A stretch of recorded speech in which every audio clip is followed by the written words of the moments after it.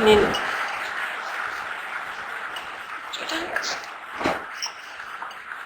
Hello children, page number 80।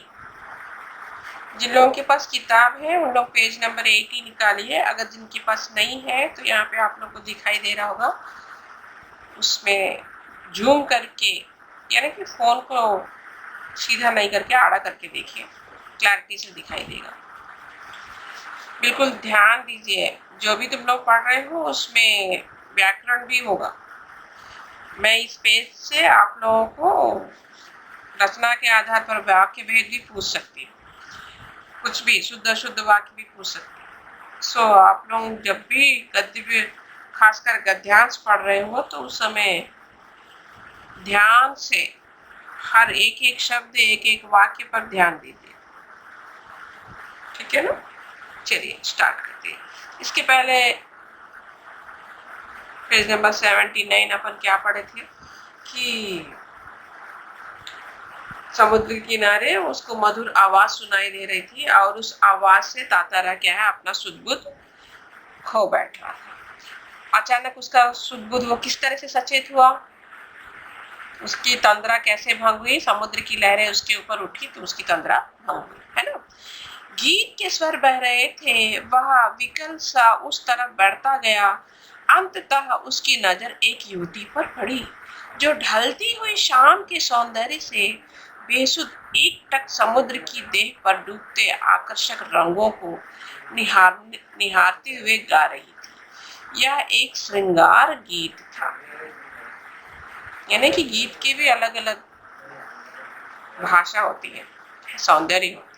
श्रृंगार गीत किसको बोलते हैं? किसी चीज की सौंदर्यता को वर्णन करना श्रृंगार गीत। हास्य गीत किस प्रकार के होते हैं, है ना। व्यंग्य गीत, हास्य गीत, श्रृंगार गीत, इस तरह से गीत की एक अलग अलग है।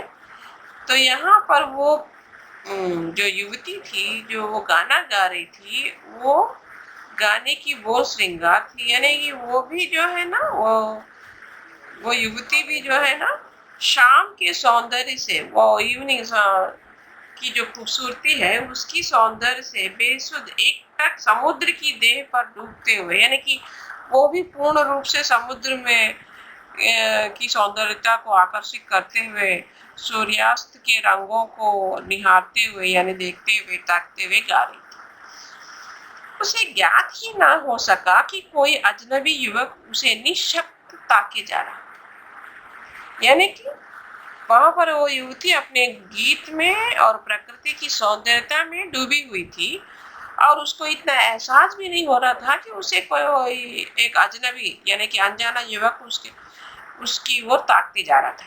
एकाएक एक ऊंची लहर उठी और उसे भिगो गई। समझ रहे हैं ना, लहर उठी समुद्र के पास से लहरें उठती है ना, और लहरों से वो क्या है, वो भीग गई थी। वह हड़बड़ाहट से गाना भूल गई। इसके पहले कि वह सामान्य हो पाती, उसने अपने कानों में गूंजती गंभीर आकर्षक आवाज सुनी, यानी कि वो भी पूर्ण रूप से गाने में इन्वॉल्व हो चुकी थी, डूब गई थी। वो भी उसकी तंद्रा भी किस तरह से भंग हुई, समुद्र की लहरों ने उसकी तंद्रा को भी भंग किया। तब अचानक उसे एक आवाज उसके कानों में, एकदम गंभीर आवाज उसके कानों में सुनाई दी। तुमने एकाएक एक मधुर गाना क्यों छोड़ दिया? तातारा ने विनम्रता पूर्वक कहा। यानी कि उसके सामने वो अजनबी युवक कौन था? तातारा, है ना। अपने सामने एक सुंदर युवक को देखकर वह विस्मित हुई। उसके भीतर किसी कोमल भावना का संचार हुआ, किंतु अपने को संयत कर उसने बेरुखी के साथ जवाब दिया। जनरल है, सहज भाव है भाई, हर इंसान के सहज लक्षण है। किसी खूबसूरत युवक का रहेगा अपने सामने तो वहाँ उसके आवाज के पहले वो आश्चर्यचकित हुई और उसके भीतर किसी कोमल भावना का संचार हुआ, उसके मन में भी कुछ फीलिंग्स सामने आए, किंतु अपने आप को, यही है सेल्फ कंट्रोल होना। इंसान के सहज लक्षण कई हो सकते हैं, लेकिन अपने आप पर काबू रखना ये सबसे बड़ा लक्षण है। ये हर इंसान में अगर हो गया, इसी तरह से अपने इंद्रियों को हमने काबू कर लिया, तो समझ लो हम अपने आप को जीत लिए। तो उस लड़की ने अपने आप को संयम करो बेरुखी के साथ जवाब दी। भाई लड़कियों का नाइजम है, वो इसी तरह से बोलती हैं, पहले बताओ तुम कौन हो, इस तरह मुझे घूरने इस असंगत प्रश्न का कारण। अपने गांव के अलावा किसी और गांव के युवक के प्रश्नों का उत्तर देने को मैं बाध्य नहीं, यह तुम भी जानते हो। यानी कि आप क्या समझ में आया आप लोगों को? उस गांव का क्या रिवाज है, इस एक लाइन से ही आपको उस गांव की पद्धति समझ में आ रही है, उस परंपराओं को अपन समझ रहे हैं क्या, कि अपने गांव के अलावा किसी और गांव के युवक के प्रश्नों को उत्तर देने के लिए मैं बाध्य नहीं हूँ। यानी कि उन लोग सिर्फ अपने गांव वालों से ही रिश्ता संबंध रखते हैं, दूसरे गांव वालों से बात करना भी उन लोग नहीं चाहते। यह तुम भी जानते हो, उसने कहा।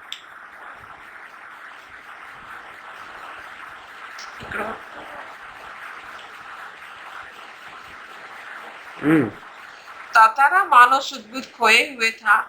जवाब देने के स्थान पर उसने पुनः अपना प्रश्न दोहराया, तुमने गाना क्यों रोक दिया? गाओ, गीत पूरा करो, सचमुच तुमने बहुत सुरीला कंठ पाया है। यहाँ पर तातारा पूछ रहा है। यह तो मेरे प्रश्न का उत्तर ना हुआ, युवती ने कहा। सच बताओ तुम कौन हो, लापाती गांव में तुम्हें कभी देखा नहीं। तातारा पूछ रहा है, इस गांव में मैंने तुम्हें कभी नहीं देखा। तातारा मानो सम्मोहित था, सम्मोहित यानी कि उसकी ओर अट्रैक्ट हो रहा था। उसके कानों में युवती की आवाज ठीक से पहुंच न सकी। उसने पुनः विनय की, तुमने गाना क्यों रोक दिया, गाओ ना।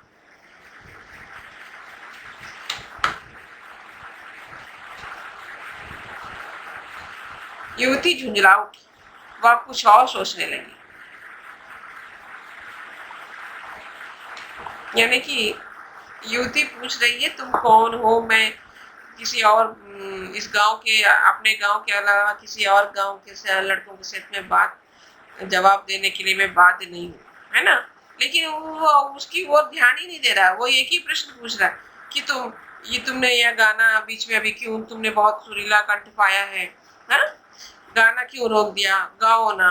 युवती झुंझला उठी, वह कुछ और सोचने लगी।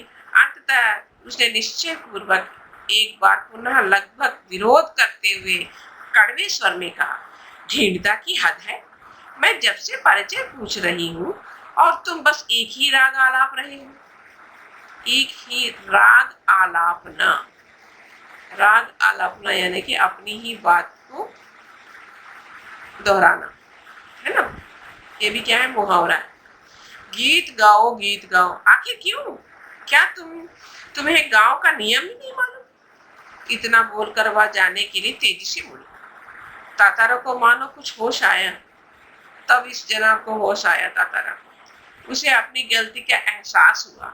वह उसके सामने रास्ता रोककर मानो गिड़गिड़ाने लगा, मुझे माफ कर दो, जीवन में पहली बार मैं इस तरह विचलित हुआ हूँ। तुम्हें देखकर मेरी चेतना लुप्त हो गई थी। मैं तुम्हारा रास्ता छोड़ दूंगा, बस अपना नाम बता दो। तातारा की विवशता में आग्रह किया, यानी कि रिक्वेस्ट था। उसकी आंखों में युवती के चेहरे पर केंद्रित थी। उसके चेहरे पर सच्ची विनय थी, यानी कि एकदम सत्यता झलक रही थी। रिक्वेस्ट कर रहा था। तब वामिरो, उस लड़की का नाम क्या है, वो कैसे जवाब दे रही है, देखिए। वामिरो, एक रस घुलती आवाज उसके कानों में गूंजी। वामिरो, वामिरो, वाह कितना सुंदर नाम। कल भी आओगे ना यहाँ? तातारा ने याचना भरे स्वर में, देख रहे हो ना, याचना, याचना माने ये भी क्या है, रिक्वेस्ट करना, गिड़गिड़ाना। अब पेज नंबर 80 समाप्त हो चुका है।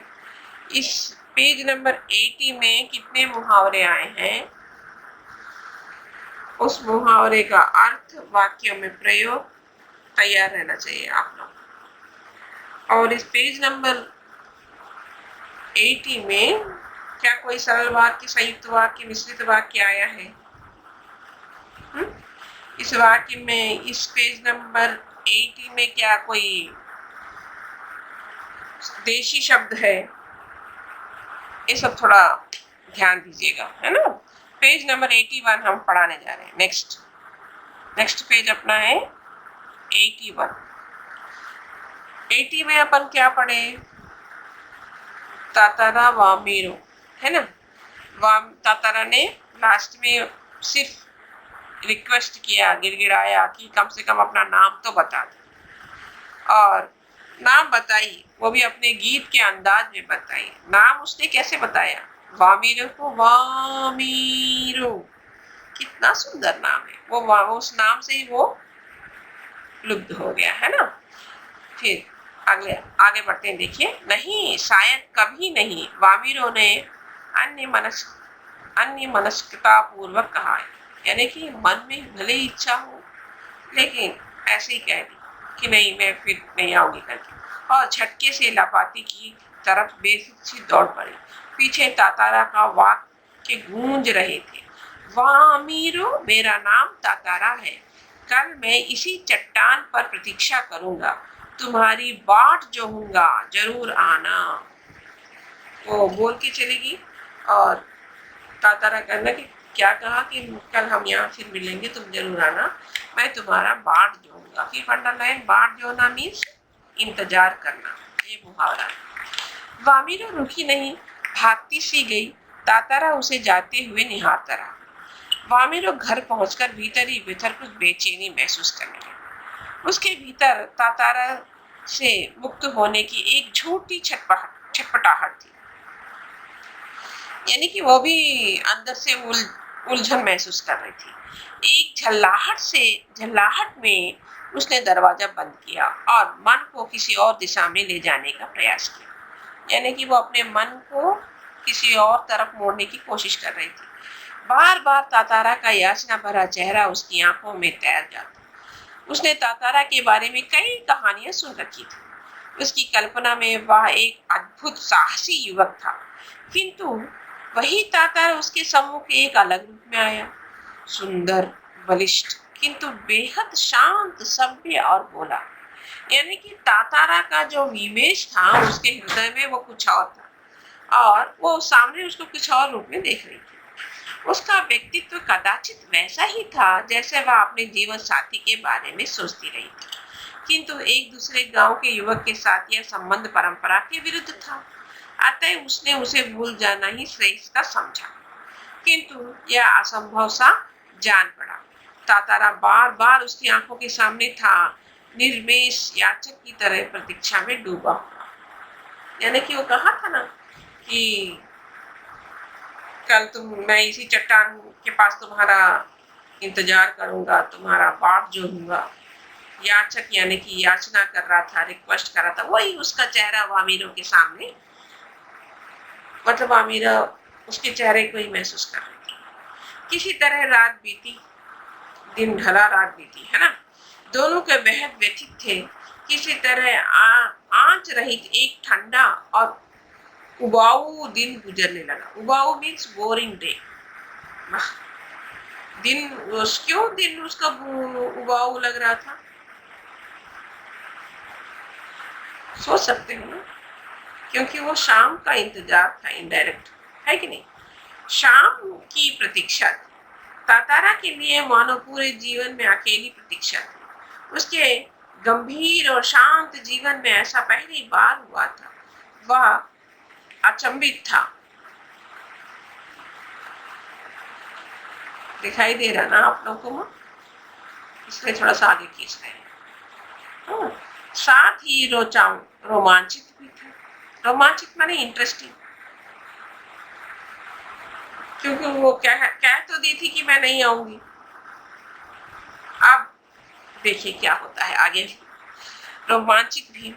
एक दिन ढलने के काफी पहले वह लापाती की उस समुद्र के चट्टान पर पहुंच गया वामोरी की प्रतीक्षा एक एक पर पहाड़ की तरह भारी था। यानी कि वो तातारा वहां पर आ गया, एक एक पल उसको गुजरना बड़ा मुश्किल लग रहा था। उसके भीतर एक आशंका भी दौड़ रही थी, अगर वामीरो ना आई तो, है ना। वह कुछ निर्णय नहीं कर पा रहा था, सिर्फ प्रतीक्षारत था। बस आस पास की एक किरण थी जो समुद्र की तह पर डूबती किरणों की तरह कभी भी डूब सकती थी। वह बार बार लापाती के रास्ते पर नजरें दौड़ाता। सहसा नारियल के झुरमुट में उसे एक आकृति कुछ साफ हुई। देख रहे हो ना, आकृति, छाया, है ना, कुछ और। उसकी खुशी का ठिकाना ना रहा। सचमुच वह वामिरो थी। लगा जैसे वह घबराहट में थी, वह अपने को छुपाते हुए बढ़ रही थी। बीच बीच में इधर उधर दृष्टि दौड़ाना भी भूलती, फिर तेज कदमों से चलती हुई तातारा के सामने आकर छिटक गई। दोनों शब्दहीन थे। समझ रहे ना, तातारा भी आया और वामिरो भी आए, दोनों एक दूसरे के सामने थे लेकिन बिल्कुल शांत थे, शब्दहीन। कुछ था जो दोनों के भीतर बह रहा था। एक टक निहारते हुए जाने कब तक खड़े रहे। सूरज समुद्र में लहरें में कहीं खो गया था, अंधेरा बढ़ रहा था। अचानक वामिरो कुछ सचेत हुई और घर की तरफ दौड़ पड़ी। तातारा अब भी वहीं खड़ा था, निश्चल, शब्दहीन। समझ गए। अचानक वामिरो कुछ सचेत हुई, वो मतलब यानी कि वो तातारा को देखते ही वो नारियल के झुरमुट से बाहर दौड़कर वहां आ गई और सडनली वो सचेत हो गई, अलर्ट हुई और फिर वो घर की तरफ दौड़ पड़ी। यानी कि दोनों ये शब्दहीन, कोई भी बात नहीं की, एक दूसरे के सामने खड़े हुए 1 सेकंड 2 सेकंड फिर चले गए। दोनों रोज उसी जगह पहुंचते, मूर्तिवत एक दूसरे को निर्मेश ताकते रहते। बस भीतर समर्पण था जो अनवरत गहरा रहा था। लापाती के कुछ युवकों ने इस मूक प्रेम को भाप लिया। यानी कि एक, इसको बोलने से मुझे एक मुहावरा याद आ रहा है, बोलते ना, इश्क और मुस्क छुपाए नहीं छुपते। भाई वो लोग एक भले एक रोज वहां मिल रहे हैं, एक दूसरे को देख रहे हैं, लेकिन एक शब्द नहीं बोल रहे, मूक प्रेम, साइलेंट, है ना। लेकिन ये ऐसा युवक जो पहले और रहने वाला युवक में कितना चेंज हो गया। कोई ना कोई किसी न किसी दिन नजरें तो पड़ती हैं। वो इसका ये रवैया उनके गांव वालों के लड़कों पर पड़ा। उन लोग पहचान गए, लापाती के कुछ युवकों ने इस मूक प्रेम को भाप लिया, यानी कि जान गए, पहचान गए। और खबर जो हवा की तरह बह उठी, वामिरो लापाती की ग्राम की थी और तातारा पासा का। दोनों एक अलग अलग गांव के थे। वामिरो लापाती गांव की थी और तातारा पासा का। दोनों का वैवाहिक संभव हो सकता है क्या? नहीं ना।